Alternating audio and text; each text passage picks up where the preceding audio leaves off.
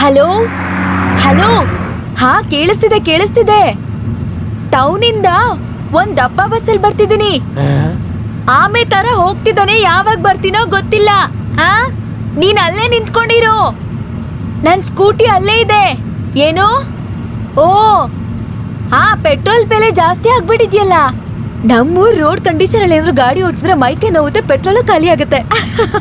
ಏನು? ಬೇಡ ಬೇಡ ಬೇಡ ಬೇಡ, ನೀನೇ ಕಾಲ್ ಮಾಡು. ನನ್ ಫೋನಲ್ಲಿ ಔಟ್ ಗೋಯಿಂಗ್ ಹೋಗ್ತಾ ಇಲ್ಲ.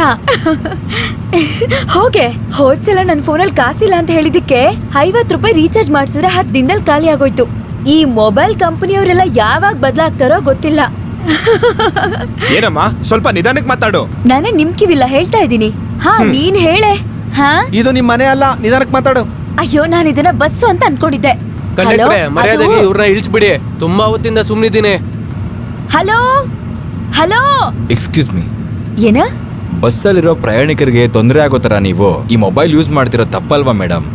ಮೇಡಮ್ಮ, ಎಲ್ಲಿಂದ ಬರ್ತಿದ್ದೀರಾ ನೀವು? ನಾನು ಎಲ್ಲಿಂದನೋ ಬಂದೆ, ನೀವು ಅದನ್ನ ಬಿಡಿ. ಆದ್ರೆ ಇಷ್ಟು ಜೋರಾಗಿ ಮಾತಾಡ್ತಿರೋ ನಿಮ್ಗೆ ಫೋನ್ ಯಾಕೆ ಬೇಕು ಹೇಳಿ? ನನ್ ಫೋನು, ನನ್ ಇಷ್ಟ, ನನ್ ಕಾಸು. ಆದ್ರೆ ಕಿವಿ ನಮ್ದಲ್ವಾ ಸರ್, ಅವಳ ಹತ್ರ ಮಾತಾಡಿ ಪ್ರಯೋಜನ ಇಲ್ಲ. ಗೊತ್ತು ತಾನೆ, ಹಾಗಿದ್ರೆ ಸುಮ್ನೆ ಕೂತ್ಕೊಳ್ಳಿ. ಹೋಗೆ ಕೊಬ್ನೋಳೆ.